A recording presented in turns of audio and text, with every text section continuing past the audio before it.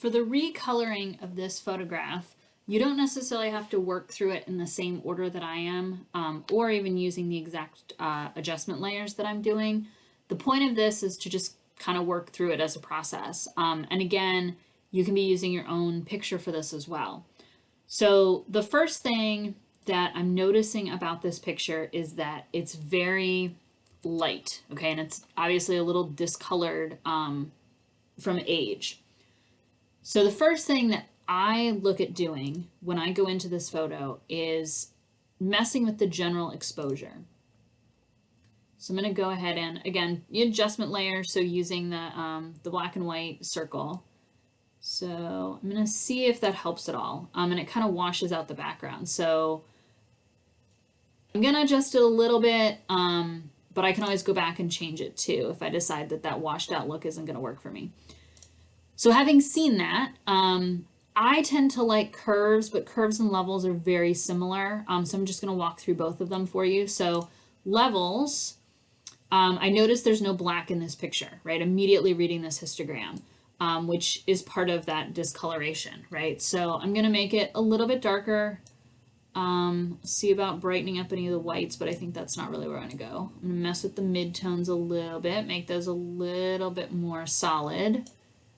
Okay, and then again, I might have to go back into this a little bit.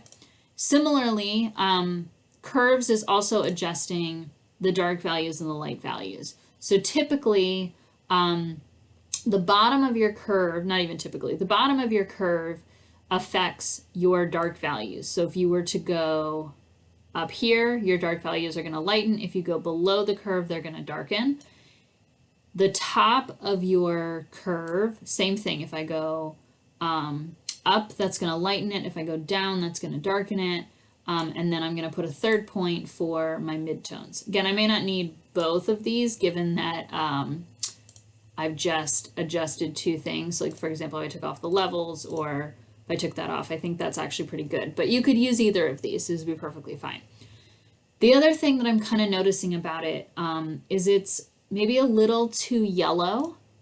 So for that, I'm going to mess with the color balance. So I'm going to go back to my adjustment layer and choose color balance. And to me, this picture looks a little green, a little yellow. So looking at my sliders right here, I'm going to start by playing with my green tones a little bit and kind of pull them, not a lot, right? But get rid of a little bit of that green. Same thing, I'm going to go away from the yellow, kind of move that over. It does help to know the skin tone, for example, of the people in the picture. And so I happen to know that they don't have olive skin. They have more pinkish colored skin. And I'm going to play with the blue and red and see if cooling this picture down helps a little bit. Yeah, so this is what it was before, and this is what it is now. So to me, that looks a little more realistic for them.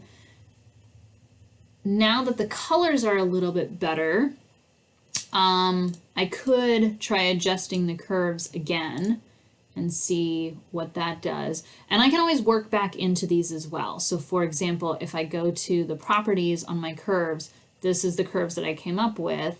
But I can also continue to work with those too.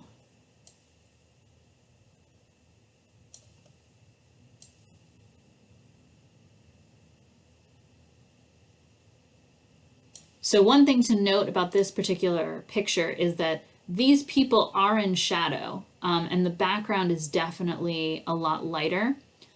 As with any adjustment layers, of course, I don't have to affect the entire background, right? So for example, the recoloring I did that made the people look better, the trees look a little sad. So I can go back into this color balance using the brush tool, and I can paint over top of the trees.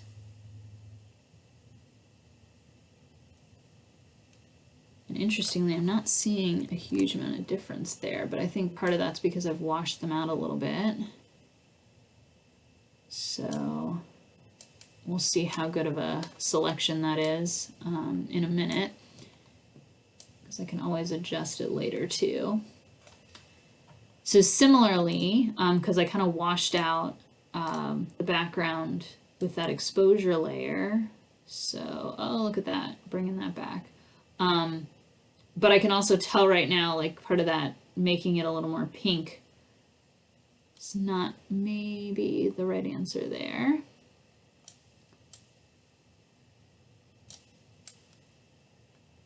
And I can get closer into this. I'm not going to bother quite yet, just because I don't know how it's going to look. I'm going to leave levels alone. I think I'm going to leave curves alone.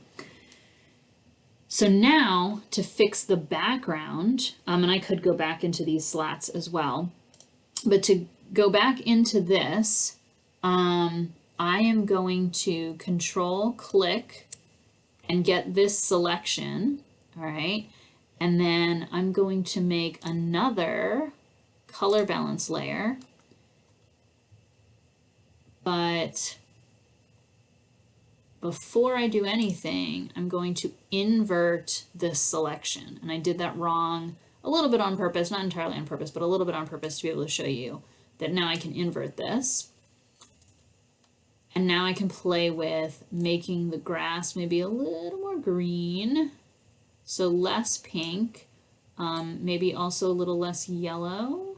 Does that do for me? Yeah, a little less yellow, and maybe a little less blue, or maybe more blue. Yeah, a little more blue. And then similarly, now I can either, right, control click, or another way in which I can get a selection is to go to select load selection and color balance mask, okay. And now I'm gonna play with the levels or the curves, but I'll go ahead and use levels at this point to kind of play around with the value on my trees and see if I can get those a little bit better.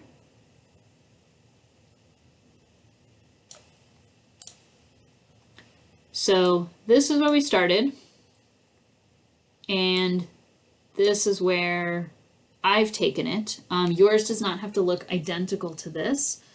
These are just some suggestions to get us closer to what might have been more realistic color. If I wanted to try to brighten up, for example, my grandmother's face and arms, although she is technically in shadow, but if I wanted to brighten her up a little bit, I could also work on her separately.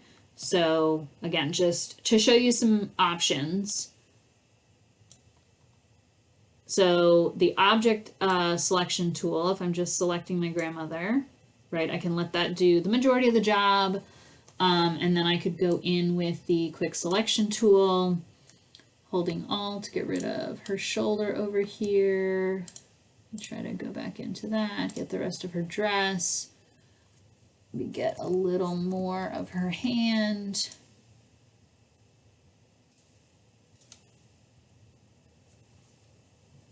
And just like normal, I could go in with the select and mask, double check that it's, you know, the way I want, smooth it out a little bit.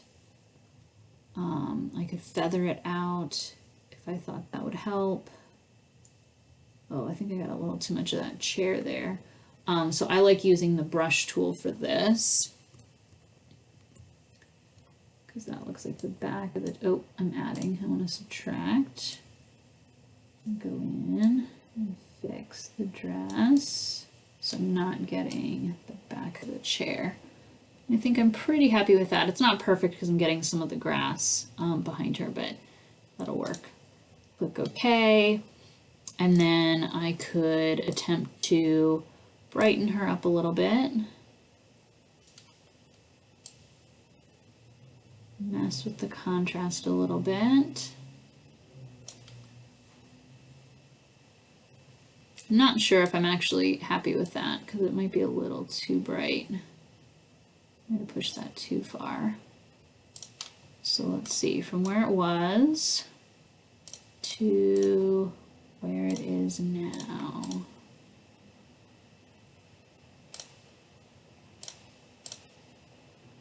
Oh, I don't think I want that second curves on.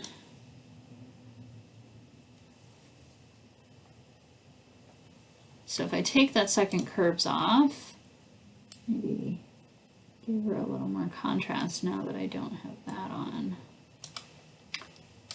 All right, let's see where was she? All right, so she brightens up a little bit. Again, not entirely sure if I'm happy with that, but I want to see what you come up with. So these are some of the options that you can use.